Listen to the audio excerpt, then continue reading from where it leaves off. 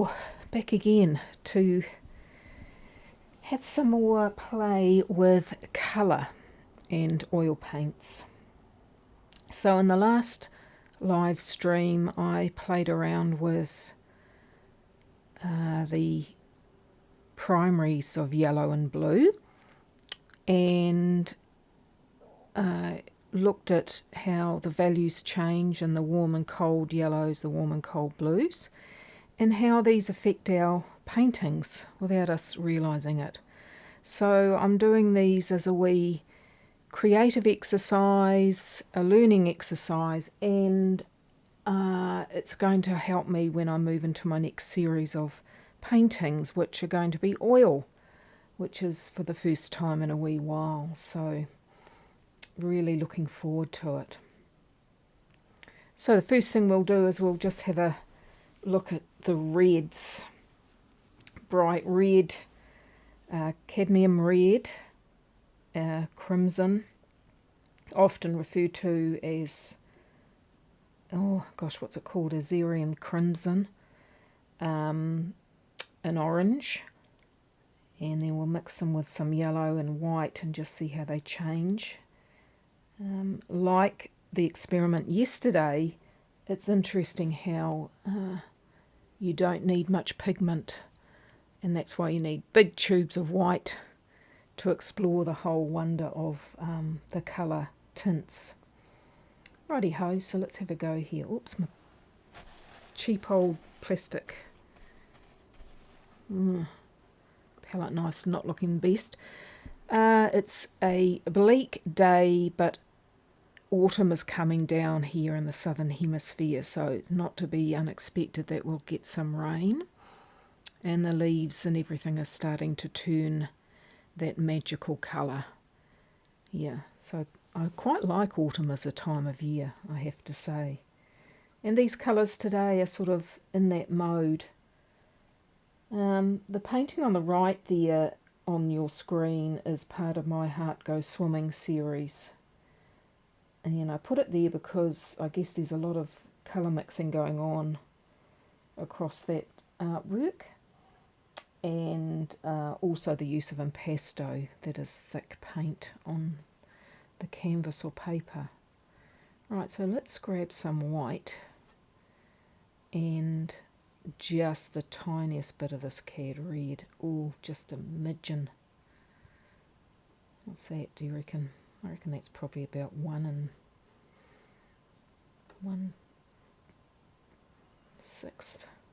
Six to 1. And of course white and red is probably one of the most known tints. Pink. Pink. An artist's name is Pink. Right, so we can see here that that's pretty much a coral-like pink. And 6 to 1, I think that must have been about in terms of proportion of white. Let's add another 4 parts white. Just see if that starts to give us a bit more of a range in value. Golly, it's still got a lot of pigment in there, even though I just added a tiny bit. Okay, here we go. Yep, we're getting there. And we'll go another 4 to 1. It's probably even more than that, actually. Wow. I'm going out to get myself a big tube of white, extra white oil paint after this. And like my other live broadcast, I am using budget materials, because I think sometimes budget materials help you to play and experiment. It doesn't mean you can't do your artwork with them, but it definitely helps you loosen up and not be worried about using up paints or paper. So just a basic canvas pad and very budget oil paints. But they have no solvents, are solvent free, and I'm not using any solvents to help the paint flow or to clean my palette knife. Well, there we are, and we're still miles away from that being a light pink. I'm just going to dab a tiny bit on there and just see what I get if I take a little bit of that and add white to it. And then we start to get a bit more.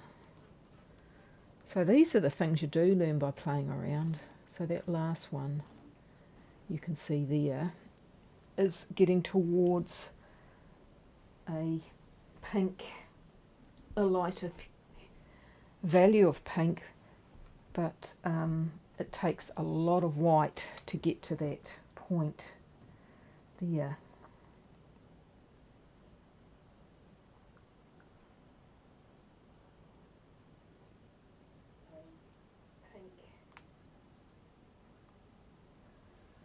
Okay, now, so that was a cad red, common colour. Some makers have different names for it, but cad red, not being used so much now because of this is a cad red hue actually, so it's not true cad. It's slightly safer if you don't want to be dealing with the cadmium colours. Right, let's have a go at our crimson. See what happens there. I'm picking we're going to need a lot of white again. I'm going to start with really hardly any. Oh, I like that colour. How do you describe that colour? Look at them together. So that's two different reds with the white.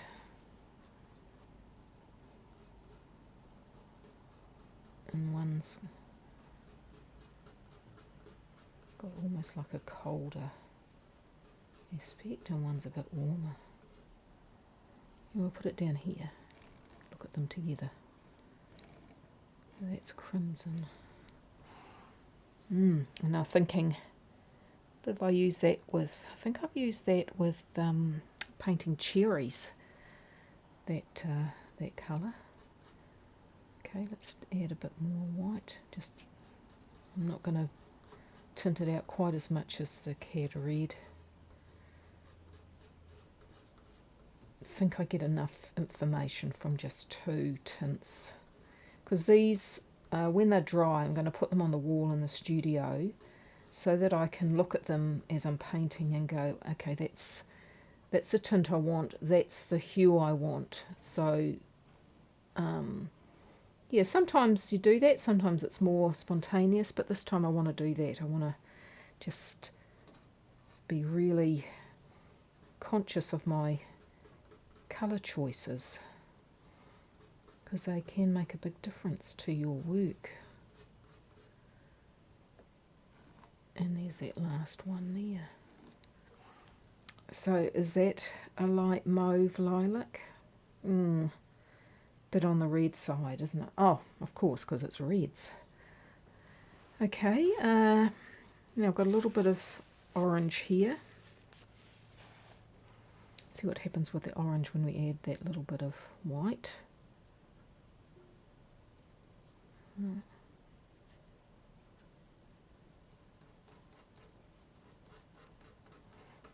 As I've said before, I don't tend to like using colours straight from the tube. Some artists do, and that's cool, but I just enjoy the possibilities of mixing because it's almost like unlocking the mystery of the colour when you start to play around with the different tints and hues. Now we'll go for a really light one it's not going to be that light, but anyway. So orange and white, we get that sort of peachy colour.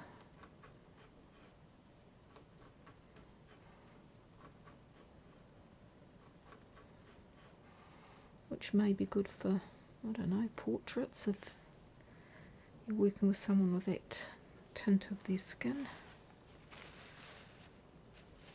Right, and we'll pop the direct orange next to it, because then you'll see, oh my gosh, look at that.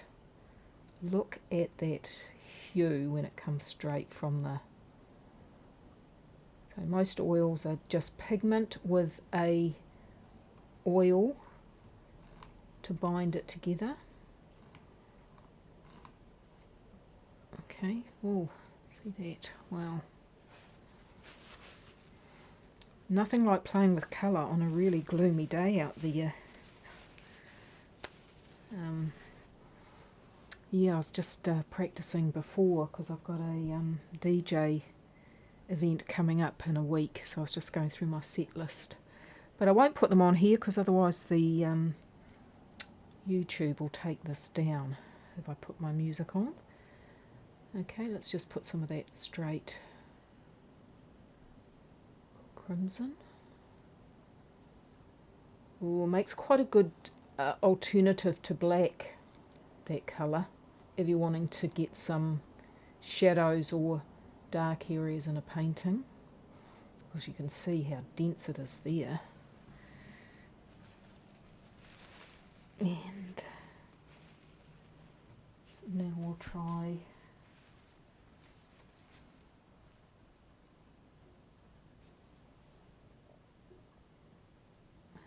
a little bit of that cad red hue next to the tints. Yes. Used to be that you'd call if you add white a tint and when you add black a shade. I don't know whether that's still the case now. I mean, you could create tints, you know, probably hundreds if you really got finicky about it. But you can see on the top row there, I've just started to really see the potential in that colour. And that's, yeah, lots of white needed to give that value change.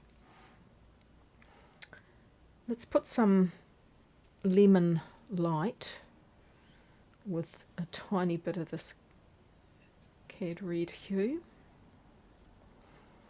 And as you'd expect, it's going to be bright. Again, it's good to know what happens when these colours mix together, what effect you're going to get. So this is cad red with a bit of lemon yellow. Okay, and we'll just add a tiny bit more lemon yellow. And we might end up, oh no, we're not going to get, we're almost going to get to that orange that's on there already, but I've probably put a bit too much yellow to get there. Oh, I don't know, is this pumpkin, this colour? Be cool to name your own colours as you're doing it. What's that colour? Pumpkin. Here we are. Right. Is that one? And we'll just add a bit of medium yellow with the cad red. Just a touch of red.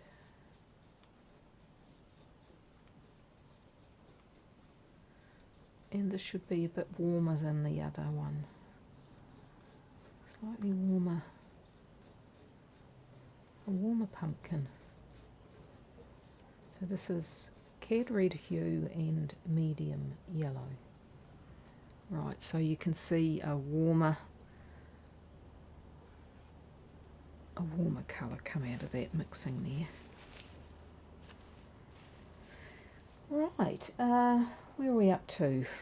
We've got our crimson, tiny dot over there, and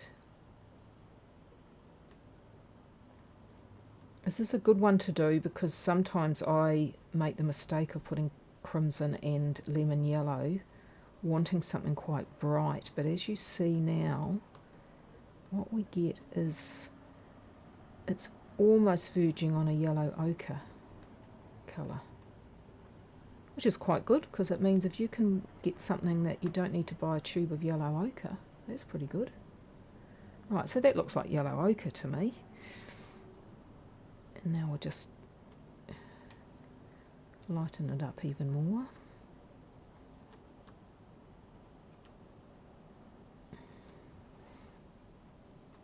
And this would be good with that lemon painting that I did yesterday.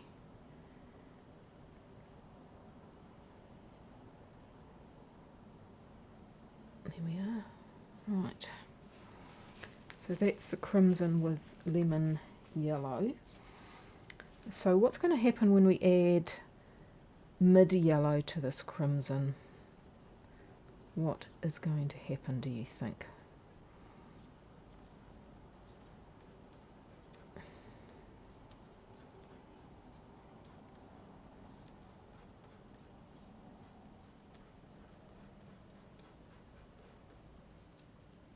Still raining outside. Don't know whether you can hear it or not.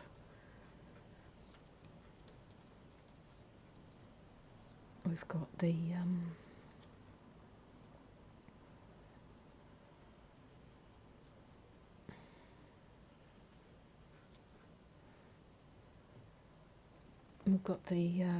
steam engines running in the village today, so you might hear that in the background. Oh, that's a different colour, isn't it?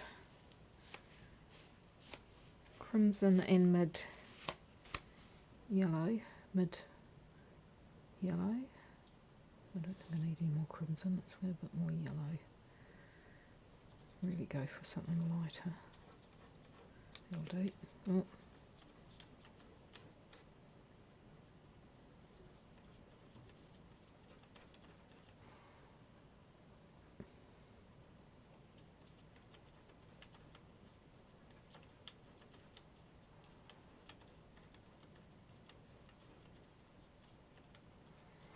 So yeah, choosing whether to use a mid-yellow or a lemon yellow creates totally different hues.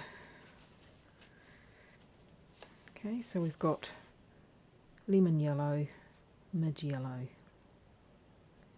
lemon, mid. Very different. And I'll just do one. What will we do with that orange? I think we'll go with just lemon, yellow and orange and see what brightness comes out of that.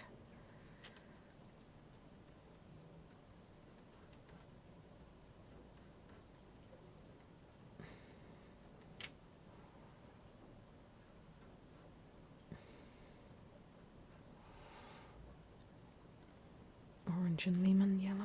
So if you want that brightness for a sunset or something. It's getting there, isn't it?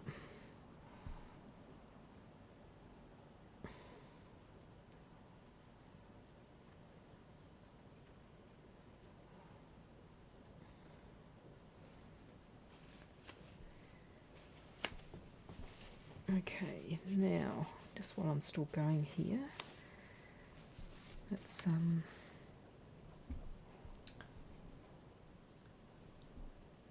yeah, I think we'll mix some blue into this now, see what happens. I've got phthalo blue, I just want a dash of that there, oh too much, and the red.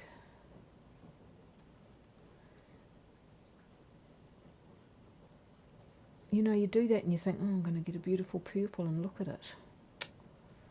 That's good to know though.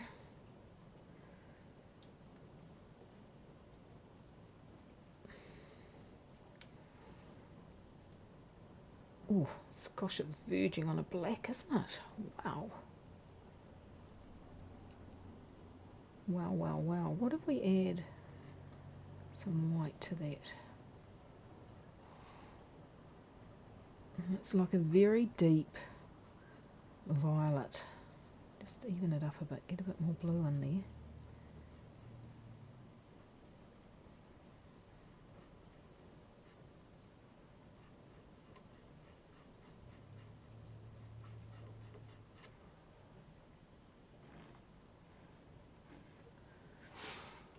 Okay,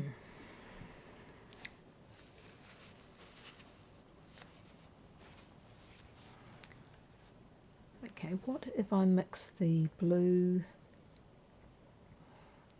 with white to start with, so I get I love phthalo blue and white. So that's the blue and white. And then I added just a bit of red. Still quite muddy, isn't it? A little bit more red.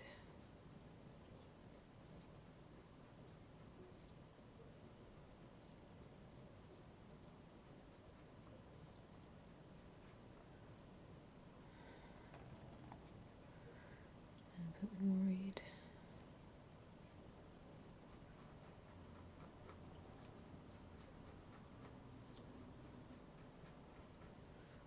Very, very tricky. Mauves and violets. And purples. Very tricky.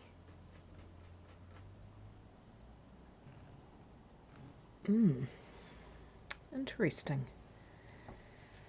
Interesting.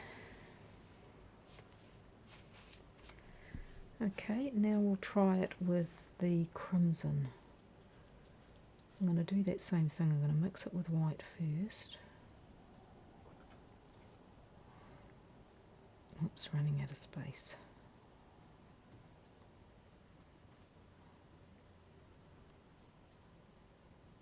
Oop.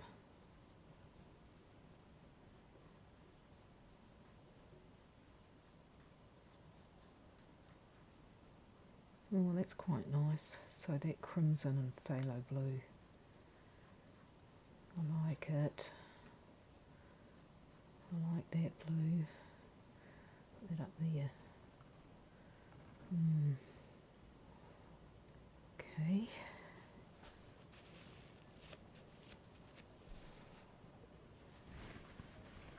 And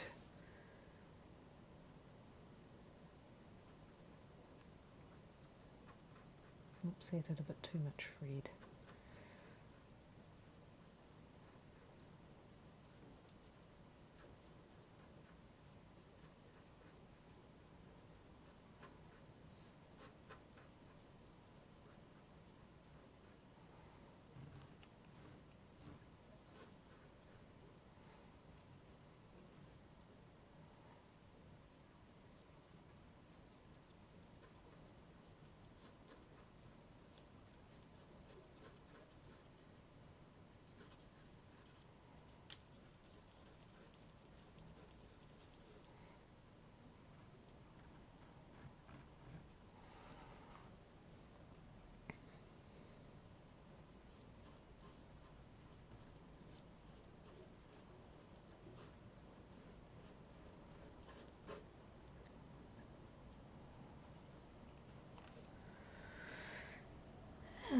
Interesting. Definitely, for me, that phthalo and crimson is the way to go if I want a certain mauve or a very light violet. Yeah. I don't know about an orange and a blue. Let's go. Because orange and blue, of course, are what? Did this yesterday, didn't we? Orange and blue are opposites. They're complementary colours. And so if I add orange to that blue, I should get, I guess it's like a grey or a brown. We will see what this orange and phthalo blue bring us.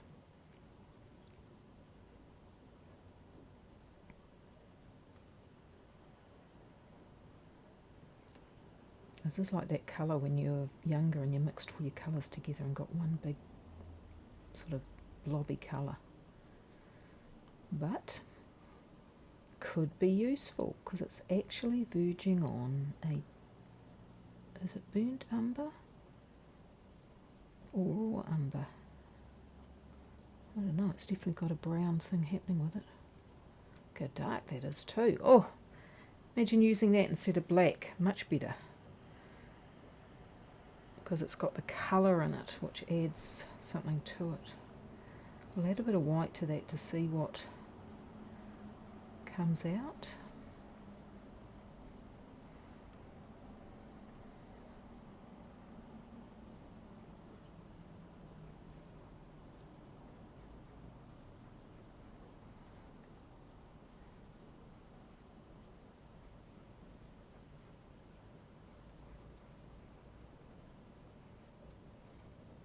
And so that's that grey. That's that. If you want to just dull down your colours a bit, add the complementary. So let's just try that orange with hardly any blue.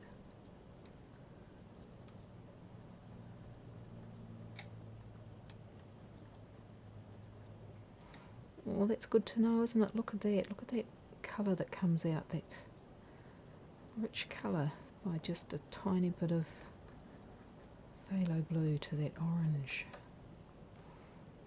What's that? That's like a sienna, isn't it? Yeah, very much like a sienna there. Interesting. Yeah, I mean, that's where knowing a little bit of colour theory is quite good, knowing that sometimes you don't have to buy the tube, or you can add a colour to get a grey or a very deep dark colour. And you don't need to have black in your painting, because sometimes adding black can make it a bit sort of dead looking. Okay, now it's time to have a look at some paintings I did and just see what I thought of them in terms of their colour. Now we're moving on to a new series. I don't know whether I looked at these the other day. Take that and put it well away from anything. Oh, because it manages to get everywhere oil if you're not careful.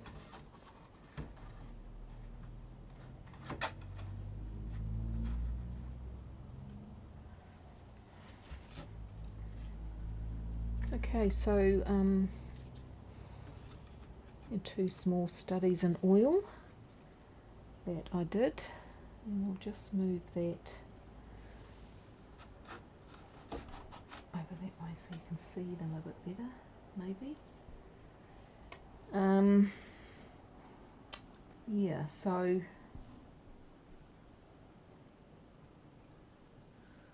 what I might do is just reduce the size of that image there so you can see it better. There we are, that's better. Right, okay, so two very different paintings here. Is this the light shining on it? It's hard to see the colour. Oh well. Okay, so on the left I've got a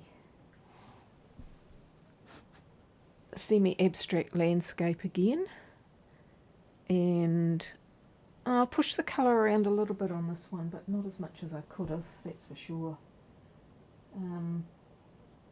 But it was just exploring. I got a little bit of depth happening. And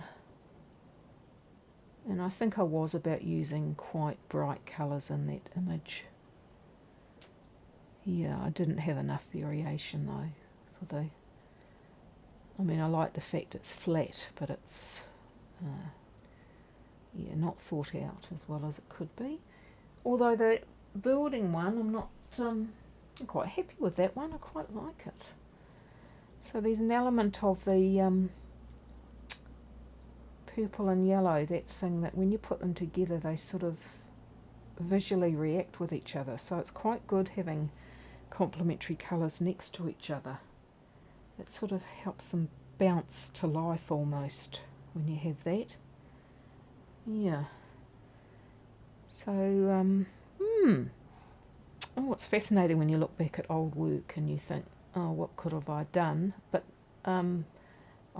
Don't be too hard on yourself, isn't it, really, when you look at older work? Pick out the good stuff and go, right, I'm going to explore that further if I get a chance to do that.